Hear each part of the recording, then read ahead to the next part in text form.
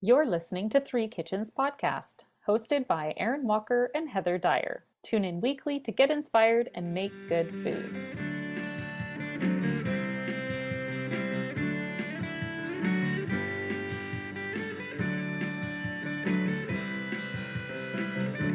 I planted my garlic because you plant it in the fall and it sits in there all year long and then hopefully will sprout in the spring. Last year, it didn't go that well. Mine didn't sprout at all. All right. Well, here we are talking about our gardens. I'm like, are we recording? We're on go here. Is this pertinent to the episode? This is very important to the episode. I didn't know. Welcome, Heather, to the podcast. We are recording, and welcome everybody else. And welcome, Erin. Thank you for welcoming us to Three Kitchens Podcast. So we're talking planting garlic. Last year, my garlic didn't go so well. Mine didn't come up at all, and I was thinking because I've planted it in the same spot for a few years. So I'm going to move to the other end of the garden this time and just see if that helps, because I have no other ideas. No, I was talking to an auntie and she was saying, oh no, I plant my garlic in the same spot every year. And she gets bulbs that are like the size of my hand. And she even shared a couple to me, which was so sweet. We're still figuring it out. But it is very important to have garlic in our garden. Okay. And to have garlic in our lives. In our bloodstream? Our bloodstream, hanging around the house. Oh, okay. It's spooky time here, Heather. It is. It's spooky Halloween. It's spooky time. And this is coming out on Halloween. So happy Halloween, North American friendies. Yes. And anyone else in the world who maybe carried this little tradition along. Because I think if I were to relocate somewhere, I might still like to. I might want to do it. So Halloween in Canada, we dress up in costumes of any sort. They can be spooky or they can be not spooky. Mm-hmm. And we go door to door. We say trick or treat. And we expect free candy. You know, I think it's a pretty awesome tradition. Okay, now that you're like saying it out loud like this, I'm like, if you weren't familiar, you'd think, what?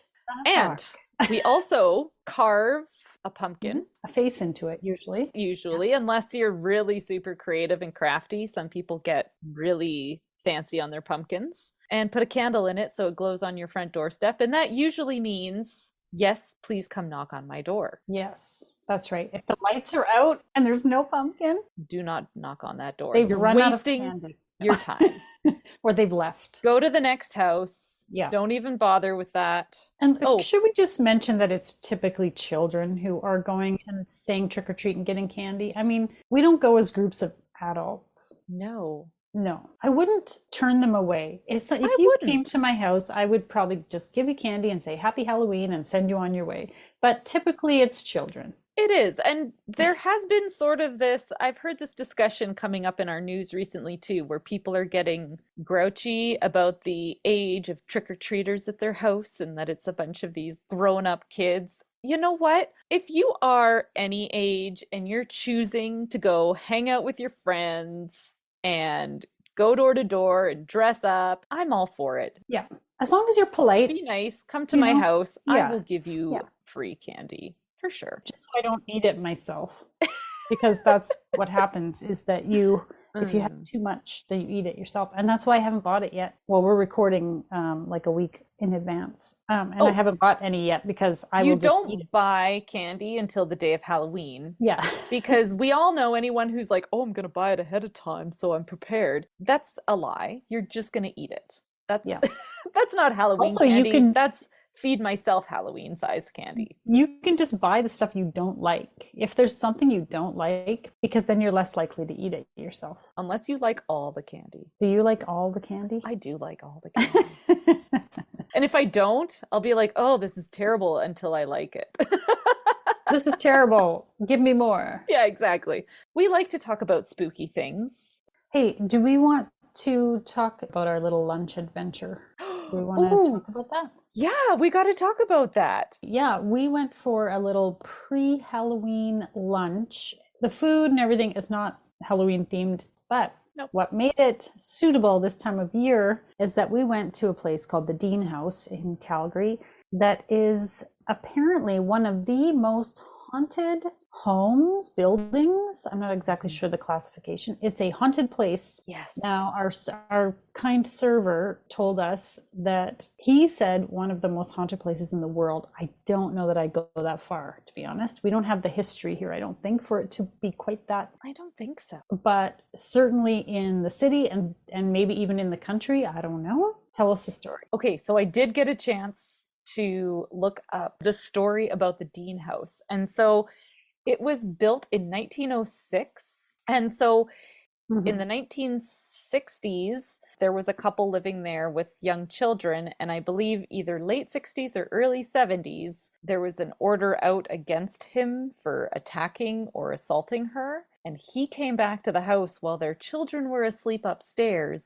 and murdered his wife and killed himself. Oh, It's a terrible story. And so from that time on, this house has been haunted, and there are rumors of the smell of pipe smoke lingering in the house. There's stories of a disconnected phone that rings, and actually our server did say that this is something his managers had reported, and that upstairs chairs will move, and that there's a closet that will constantly unlock itself and its contents will come out.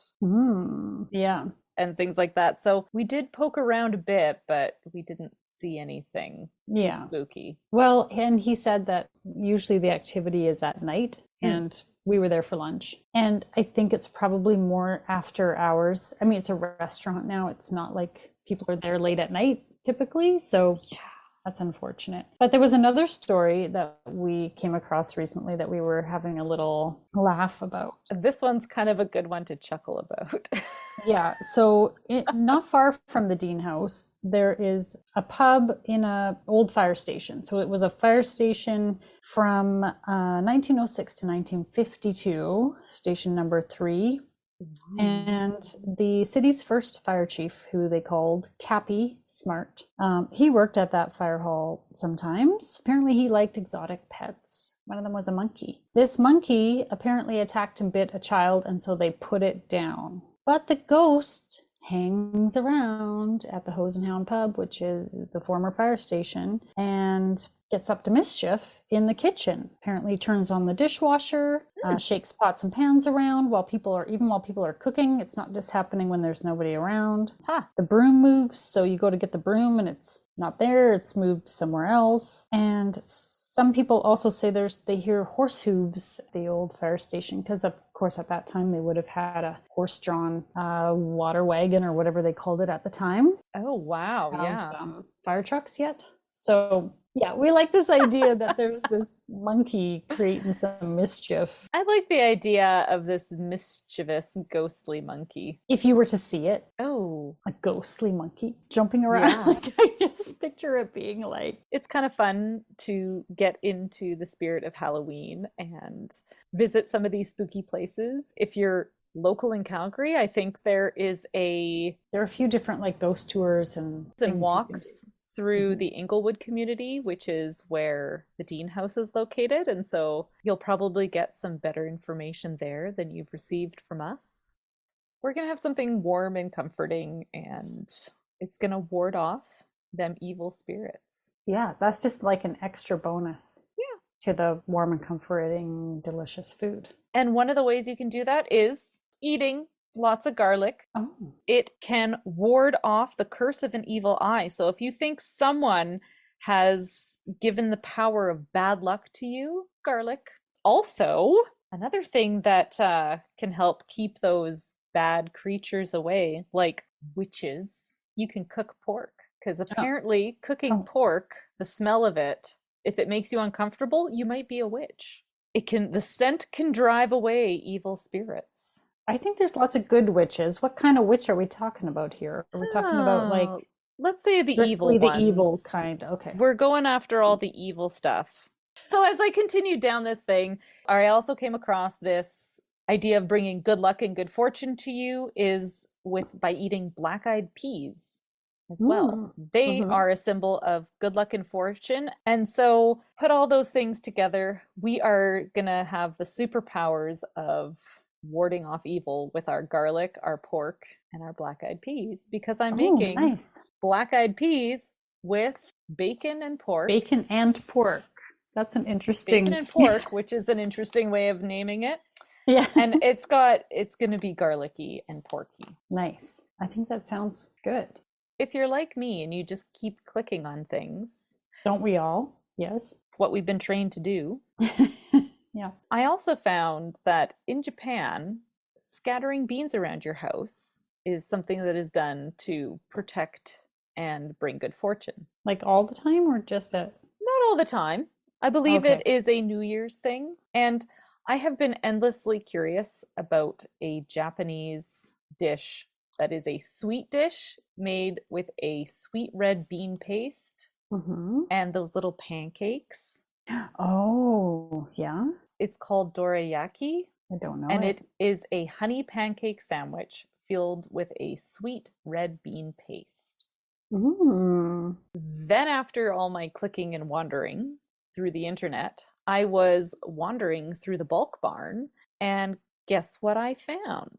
The adzuki beans that are needed to make that's what they're called. The sweet red bean paste. So I assume they were dry beans. They are dry. You have to soak them and cook them and then mash them and blend them. You can make it chunky or you can make it totally smooth. It's up to you. There's a couple different ways to do it. You make this red bean paste and then you put it between these pancakes and it makes this great little sandwich. I keep coming across this, and if we're going with a beanie Halloween-y, you need more beans. I need more beans. So we're doing a savory bean dish and a sweet bean dish. Yeah. Sweet bean dessert. Dessert, snack, breakfast. Yum. I think it could be any of the above. And what I like about the idea, I've never seen this, but what I like about the idea of it, having eaten the bun that is stuffed with the bean paste, I like that you could make it almost more like a sandwich because it would be easier to assemble. Yeah, we're gonna have some beans and pork and garlic and beans and pancakes. Two totally different type of bean things. Hey Erin, do we ever tell people that we have a website? I think so. It's in our show notes. We have a website and we post the recipes from our episodes, and we also have recipes on there that have not made it onto an episode. It's just stuff that we've cooked, tested out, and that we love. Like what you did with that lamb short rib. That was delicious. That's right. I make donuts with pancake mix. I have that kid who doesn't like to eat pancakes, but he'll eat one in a donut pan. Yeah, so if you're looking for a way to do something a little bit different, we've got multiple options for you to explore. And of course, all of our episodes, including the speakeasy bonus episodes and the drink recipes, that's all on there. So visit us over at threekitchenspodcast.com. Well, should we talk about the warm and wonderful black-eyed peas that I made? Yes. I just had some for breakfast earlier, my first breakfast earlier. Oh, did you? Yeah. Well, sometimes when it's like, this doesn't seem like breakfast food. I don't know if I want this particular thing for breakfast. I was like, not really feeling it. But I'm here to tell you all, it's a very good breakfast. It's a great breakfast. My kid gets home from doing sports and he's hungry and he's been opening up a can of beans and then dicing up a hot dog and popping it in there, and good old wieners and beaners. I do not like that combo. I dislike it greatly. Yeah. However, when I made this, I realized this is like the zhuzhed up, super yummy, homemade version of that, and it's great. And it doesn't have all the nasty things that are in. Okay, and you don't have to be hot fair, dogs. Not every hot dog is a bad hot dog. You can get some pretty nice hot dogs from a farm where they make nice hot dogs. Just saying, not every hot dog is terrible. That's right. And you know what? This took a little bit of time because you have to think ahead on this one, because you're going to want to soak your beans, or I keep calling them beans. I got to call them peas. When I say beans, stop me. You have to soak your peas overnight. And these guys really take up the water. And I wish I would have done a time lapse of it because I put them in my big measuring cup. It was a pound of these black-eyed peas and filled it up with water and thought that would be enough. And within half an hour, they had absorbed everything and like were almost overflowing. So I had to put them in a bigger bowl and add more water to them because it was amazing how fast they started to suck it up. How did you know you needed more water? Because they should soak overnight in the water. And if all my water has been absorbed, they're not soaking anymore, is my... all right. In a big bowl, something that's got lots of room for expansion, you want to put in your pound of black-eyed peas and just leave it overnight. Let it soak. I just left on the countertop. Next day into a large pot. So I did this all in a soup pot. Put it in your vegetable oil, start heating it up. And then I had pork stewing meat. And I can't remember what the exact cut was on this, but it was a package that said pork stewing meat. And I thought, perfect. Oh, okay. If you had a roast, you could just chop it up into... If you had a shoulder roast, you could totally dice it into pieces. I don't know that I've ever noticed pork stewing meat packaged that way at the store. Yeah, I happened to just come across this when I was making this, and it was really good for this. So you're going to dice that up and pop it into your hot oiled pot and fry it up so it's browned on all sides.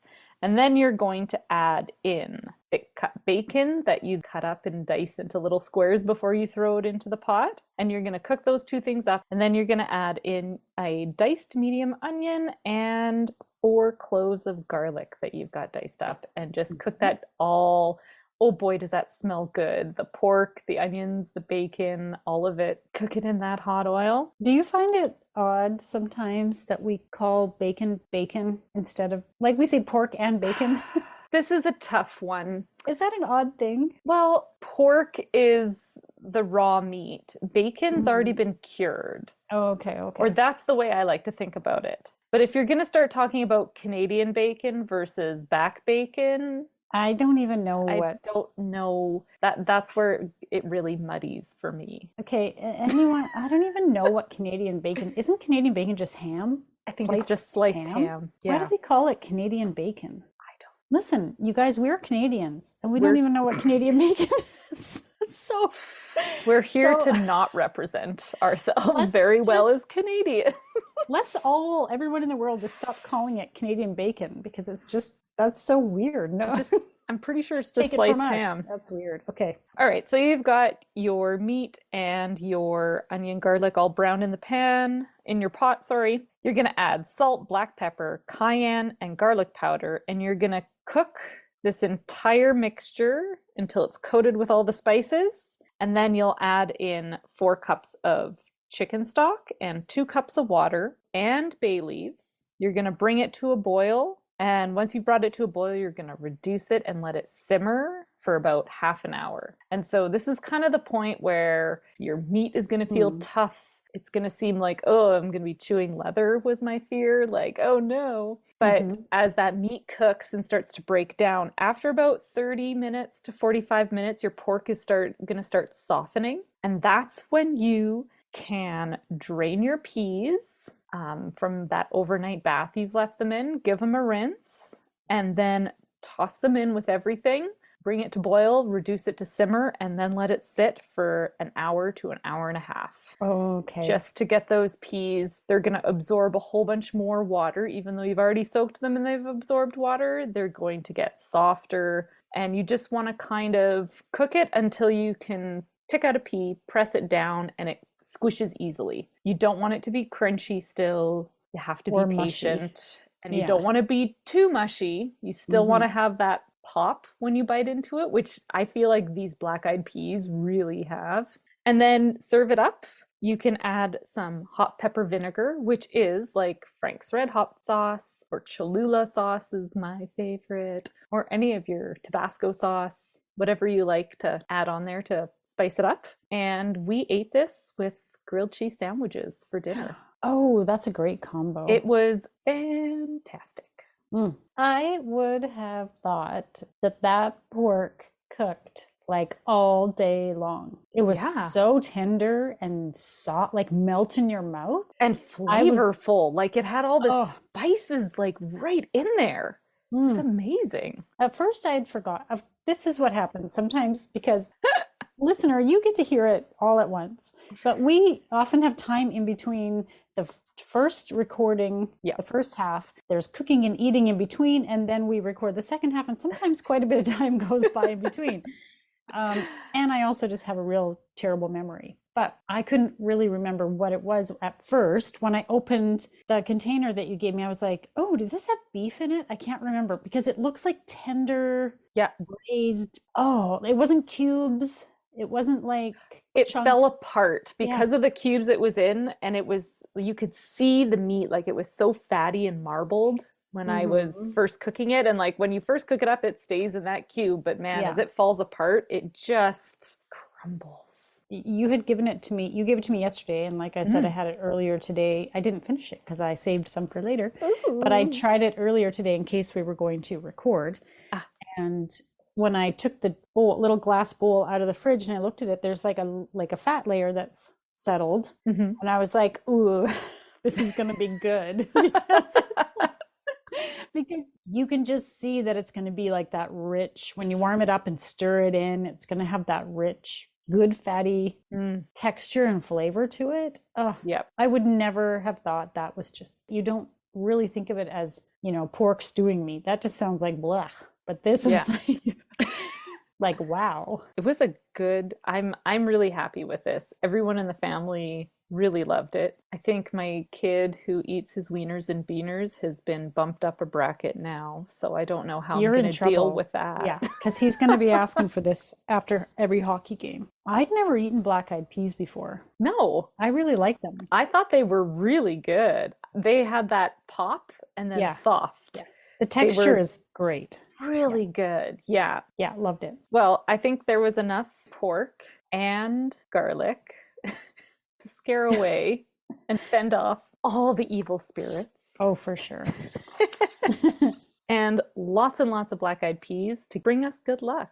Oh, yeah, right. Well, thank you for that. There you go. I appreciate it. I could use some. Let me know how that works out. All right. And then I made these dorayaki Japanese red bean pancakes because we just needed more beans in our life. Well, we really have to counteract all that evil that's in the world right now.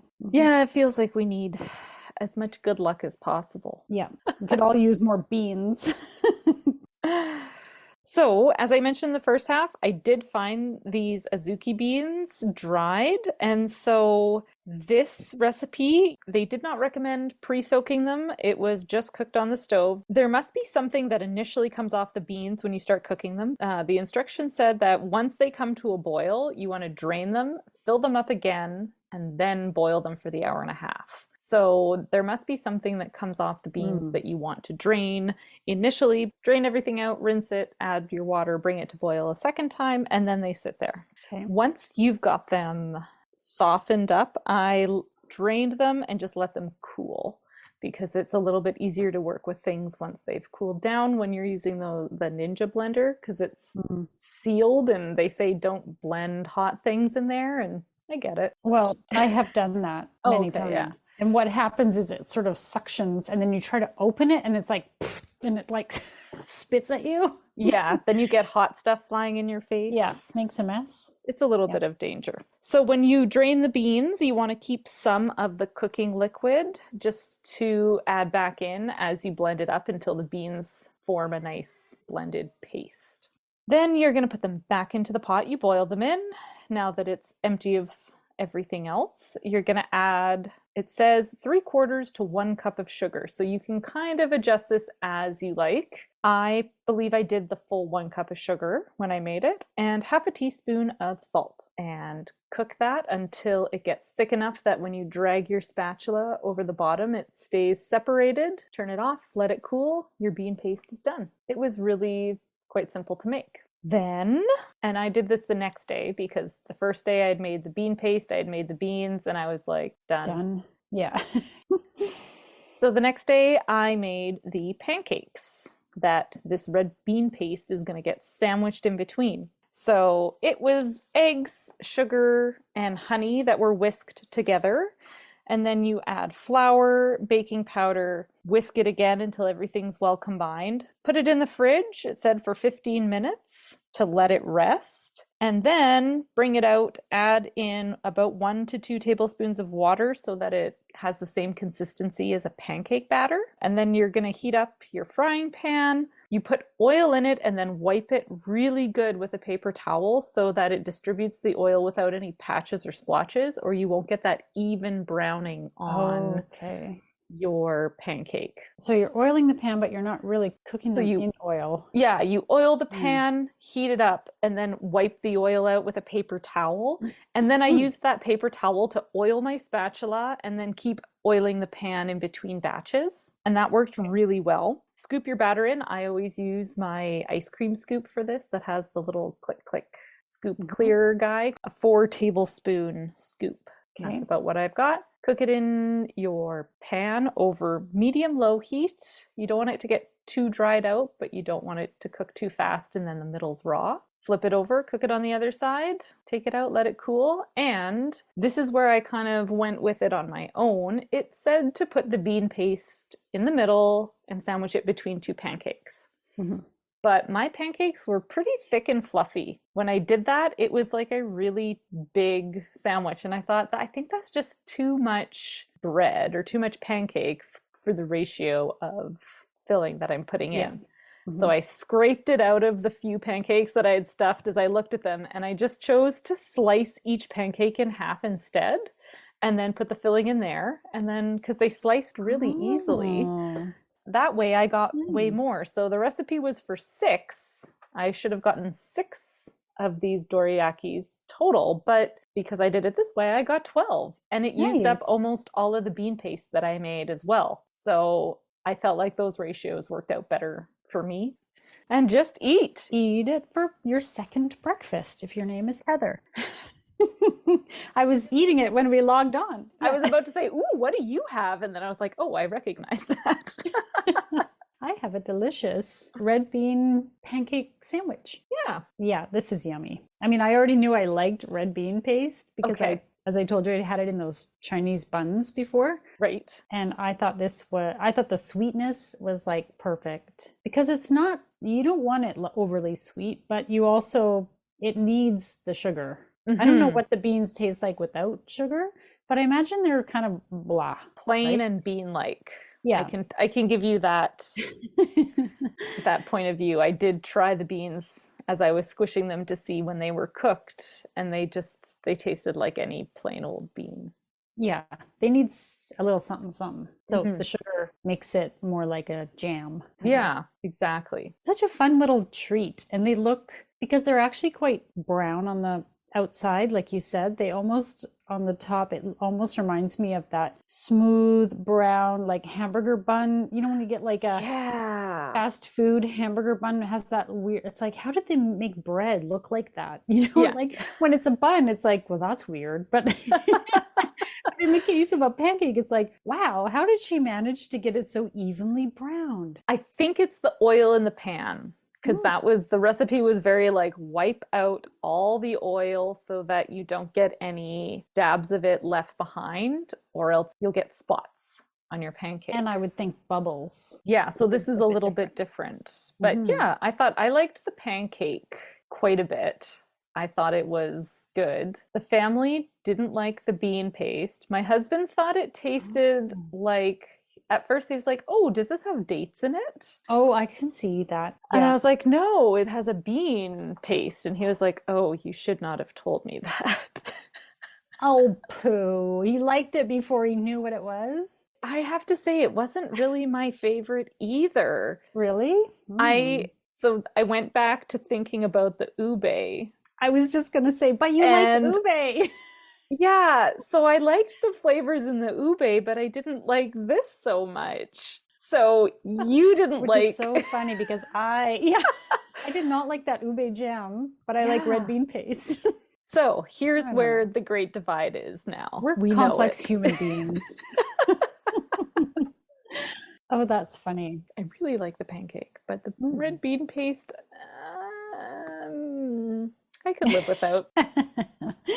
I had one kid who really liked the whole thing. The other one who was like, I told him it was a bean paste, and he was like, no, I'm not even trying that. So perhaps I shouldn't have told him, but he likes to know what it is he's trying before he tries it. And so the one that I was munching on earlier is the last of 4, and I've eaten 3. and one kid ate one. I like it and I'm eating it. Yummy. Great idea to cut them in half. Yeah, I liked that better. I don't know. I'm not sold on this one yet. That's okay. At least We not don't everybody like was. everything we make. No, right? we don't.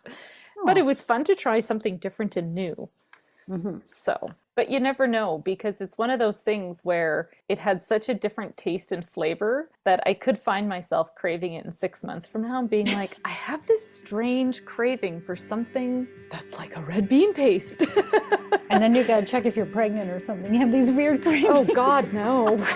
Well, that was fun. Yeah, Beany Halloween-y. That's right. Happy Beany Halloween-y.